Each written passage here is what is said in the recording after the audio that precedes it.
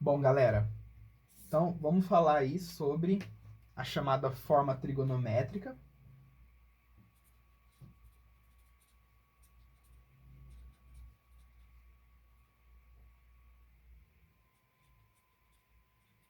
do número complexo.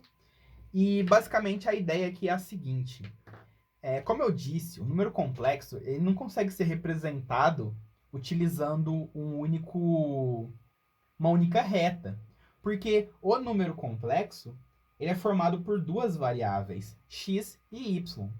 Então você não consegue representar utilizando uma única reta, né? A parte real você consegue, a parte imaginária você consegue também, porque é uma variável só. Mas a partir do momento que você junta os dois, se torna bidimensional. São duas coisas que estão mudando aqui, o x e o y. Então isso aqui você não vai conseguir representar com uma reta, tá? Então, como isso aqui tem duas variáveis, a gente precisa de duas dimensões para representar. E é aí que surge o plano Argand-Gauss. O que é o plano Argand-Gauss, pessoal? É um plano que é o. Né, ele usa a estrutura do plano cartesiano, só que, tipo assim, em vez da gente chamar de eixo x e eixo y, a gente chama o eixo x de eixo real e o eixo y aqui de eixo imaginário. Beleza? E esse eixo real aqui, pessoal, é a reta real. Né? É aquela reta real que a gente estuda que você consegue colocar qualquer número real em uma reta, né? Então, essa reta real, ela tá aqui no chão, ó, no solo do plano Argand-Gauss. Vamos escrever esse nome aí. Argand-Gauss, né? Então, a gente vai usar duas coordenadas, né, ó. O x e o y. E aí, esse ponto vai ser o número complexo, tá? O ponto no plano Argand-Gauss, a gente diz que ele. A nomenclatura correta para o ponto é que ele é o afixo, né? Esse aqui é o afixo desse complexo aqui. Tá? É como se fosse o ponto. Tudo bem? Então, a partir do momento que você leva então os números complexos para um plano, né, de modo a tentar representá-los, dado que você não consegue mais representar números com uma única reta, você entra no plano cartesiano. E entrou no plano cartesiano, galera, já era, né? Geometria analítica nele. Porque, ó, se você pegar aqui a sua origem e ligar até o seu afixo, surge então essa distância, né? Essa distância aqui, pessoal, é o que a gente vai chamar então de módulo, tá? E aí que as coisas começam a fazer sentido, né? Então, se você pegar um número real, né? O módulo dele, se você pegar um número real, ele vai estar nessa reta e o módulo dele, ó, se o número for positivo, o módulo que vai ser essa distância aqui é o próprio número. Então, por exemplo, você pega o 8. Quem que é o módulo de 8? O módulo de 8 é a distância dele até a origem do plano Argand-Gauss. Beleza? Então, o 8 aqui, ó, seria o módulo. E se você pega o menos 8 que está aqui, o módulo seria 8 também, porque a gente está medindo a distância dele até a origem do sistema. Então, se você pega um número complexo e calcula o módulo, o que você vai precisar fazer para calcular esse segmento aqui? Você vai precisar aplicar um Pitágoras, né? Um Pitágoras nesse triângulo retângulo de catetos x e y, que são justamente os seus valores aqui, né? As partes reais e as partes imaginárias do seu número complexo, tá bom? E esse ponto, né? Então tem essa reta aqui que liga ele até a origem, que vai ser a medida desse segmento ao nosso módulo, né?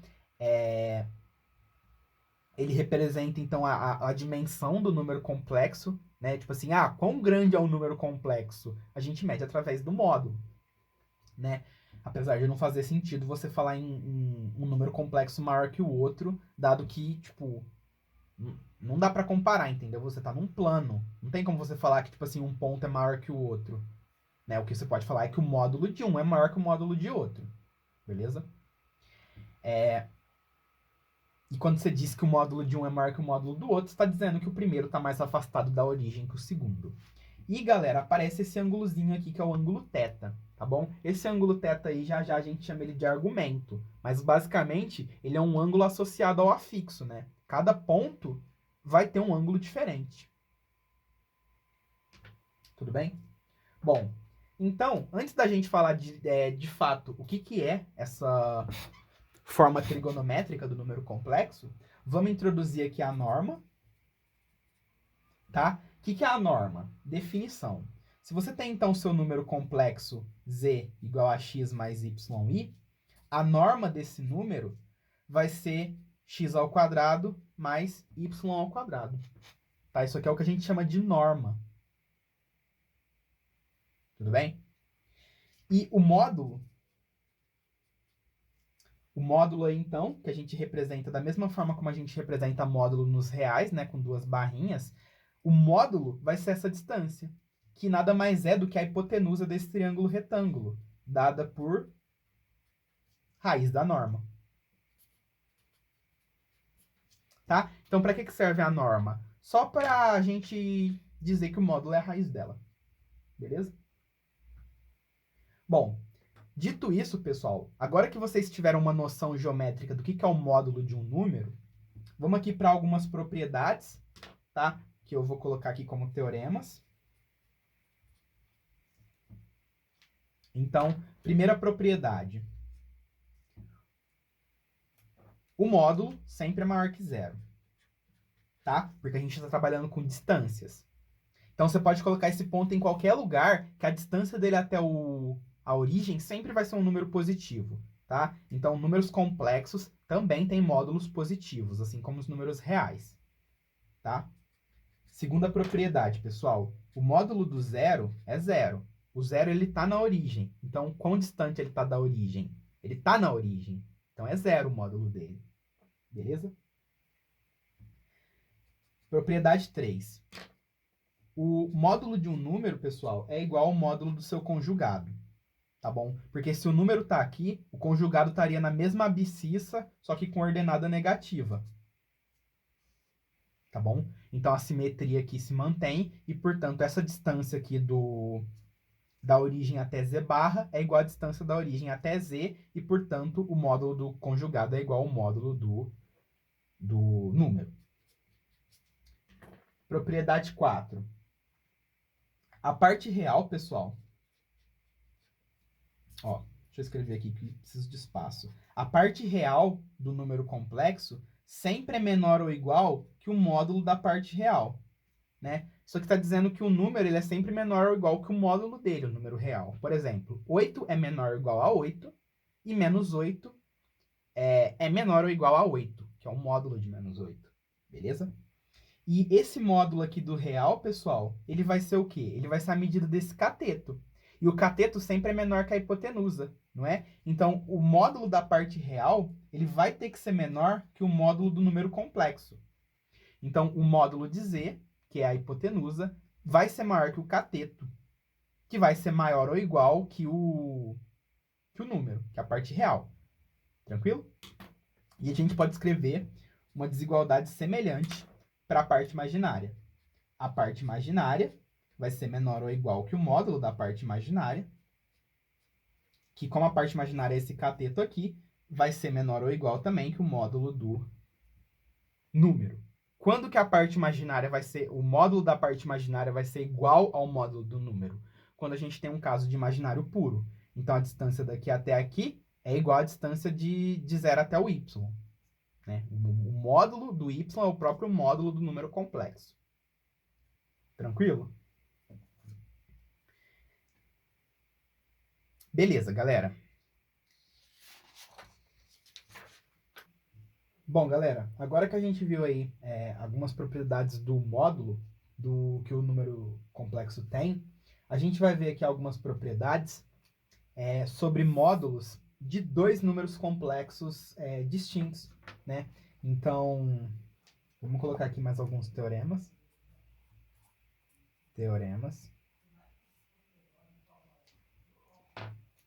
Ó, agora, se a gente tem um Z1 e um Z2, pessoal, a gente pode escrever aqui que o módulo de Z1 vezes Z2 é igual ao módulo de Z1 vezes o módulo de Z2.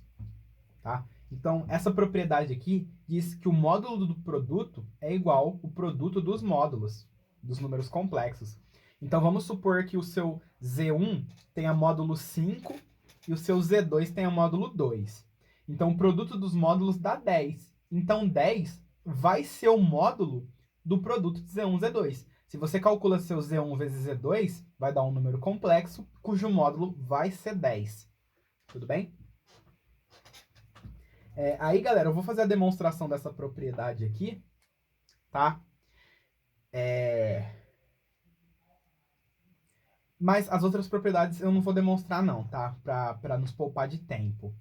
Mas eu vou deixar como tarefinha para vocês irem atrás da demonstração aí, tá? Ou vocês tentam fazer, ou dá uma olhadinha ou consulta o IES, ou a internet, a respeito da demonstração, tá bom? Mas são demonstrações simples de se fazer. Então, como é que a gente prova isso aqui? Ó, se a gente pegar esse módulo aqui e elevar ele ao quadrado, Z1 vezes Z2 ao quadrado, isso aqui, pessoal, vai ser Z1 vezes Z2 vezes Z1 vezes Z2 barra. Beleza? Porque quando a gente multiplica Z por Z barra, a gente tem aí o módulo ao quadrado. Tá bom? Porque, ó, deixa eu pegar aqui. O módulo de Z é essa raiz aqui. Beleza? Então, o módulo de Z ao quadrado é a norma. Beleza? Então, a gente está falando aqui que a norma é o produto do complexo pelo seu conjugado. Eu não sei onde eu coloquei.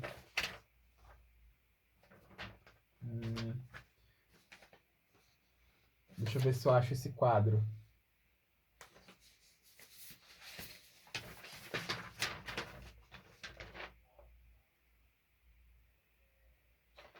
Então, não sei, acho que eu perdi o quadro aqui, mas, né, se você pega aí o seu Z e multiplica pelo Z barra, né, você tem x mais yi vezes x menos yi, né? Aqui, ó, achei. Aqui, ó, Z vezes Z barra, galera, ó, é a norma. Ou seja, é o módulo ao quadrado. Então, a gente vai usar isso aqui para demonstrar, ó. Então, isso aqui é igual o produto de Z1 Z2 vezes o conjugado do produto Z1 Z2. Beleza? Aí, a gente tem então que Z1 vezes Z2, aí o módulo de um produto, a gente viu aqui que... Cadê, ó? O módulo do produto é o produto dos módulos, né? Isso aqui já foi passado. Então, a gente vai dividir isso aqui em Z1 barra vezes Z2 barra, certo? A gente vai reorganizar isso aqui. Então, a gente vai escrever Z1 barra vezes Z2 barra. E aí, Z1 barra é o módulo de Z1 ao quadrado vezes o módulo de Z2 ao quadrado, né? E aí, se você tirar a raiz dos dois lados aqui, ó, daqui e aqui, você chega que isso é igual a isso, tá? Mas essa daqui, ó, é só a demo disso aqui. A gente não precisa saber a demonstração, a gente precisa saber a propriedade, tá bom? Então, quando a gente tem módulo de um produto, a gente pode trocar por produto dos módulos, beleza? Assim como, se você tem Z1 sobre Z2, a gente pode trocar isso aqui por módulo de Z1 sobre módulo de Z2. Beleza? Aí, essa daqui eu não vou demonstrar não, vou deixar para vocês. Tranquilo? Se quiser, claro. A nível de aprendizado. E a terceira propriedade que a gente tem, pessoal, é que se você somar Z1 com Z2 e tirar o módulo, isso aqui tem que ser menor ou igual que o módulo de Z1 mais o módulo de Z2. Beleza? Então, essas propriedades que eu passei aqui são as propriedades de módulo quando a gente trabalha com dois complexos. Beleza? Então tá. Então, a gente está falando, pessoal, da forma trigonométrica do número complexo, né? Então, a primeira coisa que a gente falou aqui foi o módulo. O módulo, então, é a distância da origem até o ponto, até o afixo, né? Então, esse daqui é o módulo. Agora que a gente já falou da distância, vamos falar um pouquinho do argumento, desse θ aqui. Ó. Então, agora, vamos falar sobre argumento. O argumento do número complexo, pessoal, é um ângulo, né? É esse ângulo θ, tal que o cosseno de θ seja igual, então, a... Ó, cosseno de θ é cateto adjacente por hipotenusa. X sobre o módulo, que a gente vai representar aqui por ρ, né? Ou P aí. Letra grega ρ. Tá? Então, se você pegar aqui o seu x e dividir pelo ρ, ou seja, se você pegar a sua parte real do número complexo e dividir pelo módulo dele, vamos representar aqui que o ρ é o módulo de z, você vai ter então o cosseno do seu argumento. E o seno de θ vai ser y sobre ρ. Beleza? Então, a gente tem isso aqui. Você tem um seno e um cosseno para esse ângulo. Só que a gente estudou em trigonometria, pessoal, que esse sistema aqui, ó, existem vários ângulos, né, que vão ter esse mesmo cosseno e esse mesmo seno. Basicamente, se você desenha um círculo trigonométrico aqui, todos os ângulos que caem nessa posição, eles vão ter esse seno e esse cosseno. Então, existem infinitos argumentos para o número complexo, não é? Justamente porque isso aqui é um sistema trigonométrico. E lá em trigonometria, a gente aprende que existem vários ângulos que dividem o mesmo seno e cosseno. Não é isso? Mas daí, para não virar bagunça isso aqui, o que a galera falou? Ah, vamos então chamar de argumento principal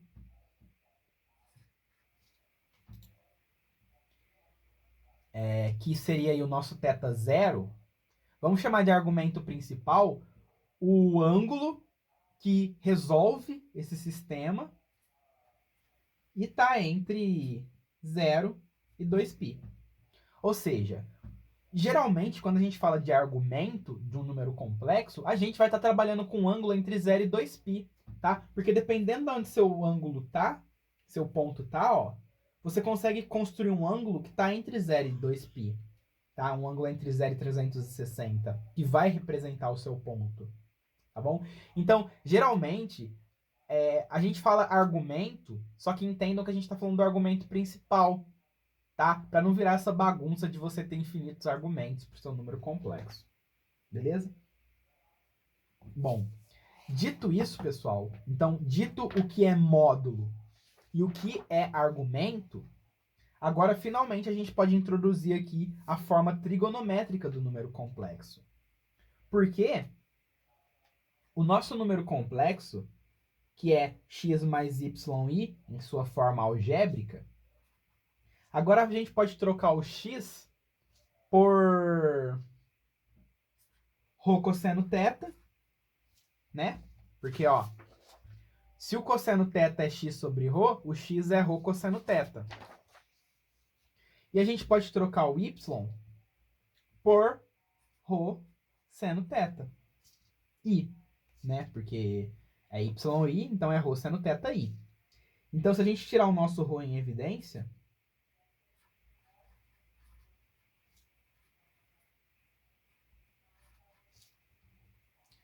a gente tem que o nosso número complexo ele pode ser representado através do seu módulo e do seu seno e do cosseno do seu argumento, né? Então, para você representar um número complexo, pessoal, lembra que a gente precisava de um x e de um y?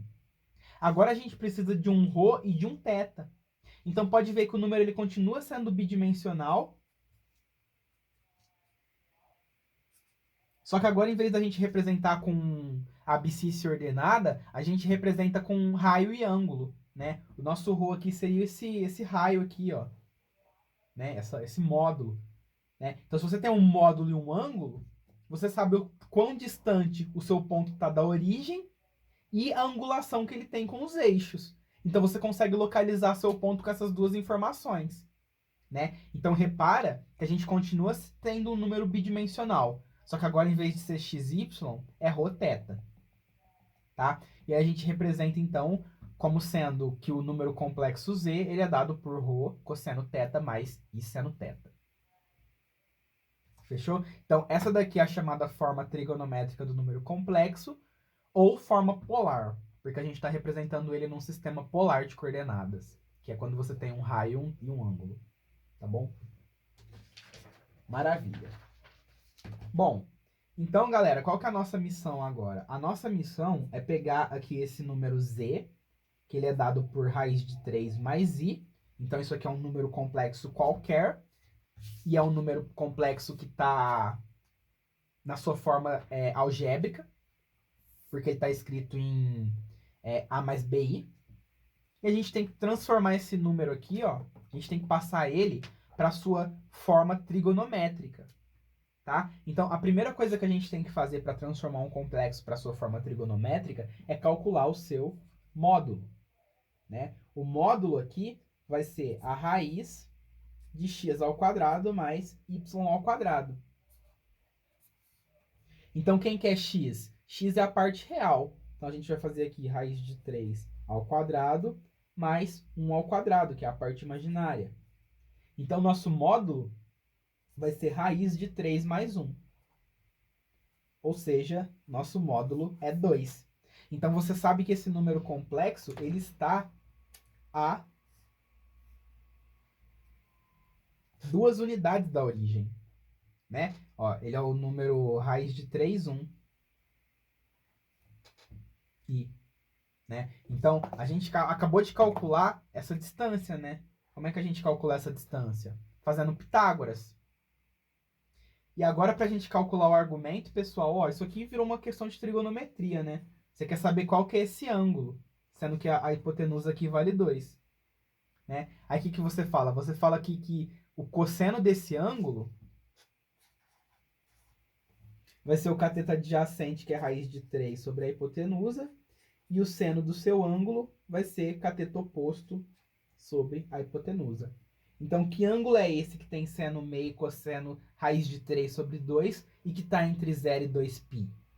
A gente conclui aqui, então, que o nosso θ, né, que o nosso argumento, vai ser 30 graus, né? Ou π sobre 6 radianos. Tranquilo? Então, como é que a gente vai representar esse número aqui, ó, que está na sua forma algébrica? Como é que a gente vai representar ele na sua forma trigonométrica? Z vai ser igual a 2 vezes cosseno de 30 mais I seno de 30. Aí que maravilha. Então, isso aqui quer dizer a mesma coisa. Porque se você substitui o cosseno de 30 aqui por raiz de 3 sobre 2 e multiplica por 2, dá raiz de 3, que é a parte real. E se você pegar o seno de 30, que é meio, e multiplicar por 2i, vai dar i, que é a parte imaginária. Beleza? Então, você tem essas duas representações.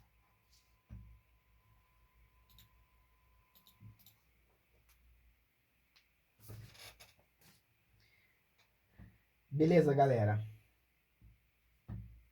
Bom, vamos seguir que ainda falta coisa. Aí, galera, dê uma praticadinha disso na lista, tá? Pega lá a lista, olha aqui nesse vídeo como é que eu fiz para passar da forma algébrica para a forma trigonométrica, tudo bem? Calcula módulo, calcula seno, cosseno e faz a volta aqui para o seu ângulo, tranquilo? Então pratiquem isso aqui. Porque essas questões de complexo, vocês vão ver que vocês vão usar toda a matéria que a gente já estudou. Trigonometria, então, aqui estamos em casa. Beleza? Bom, galera.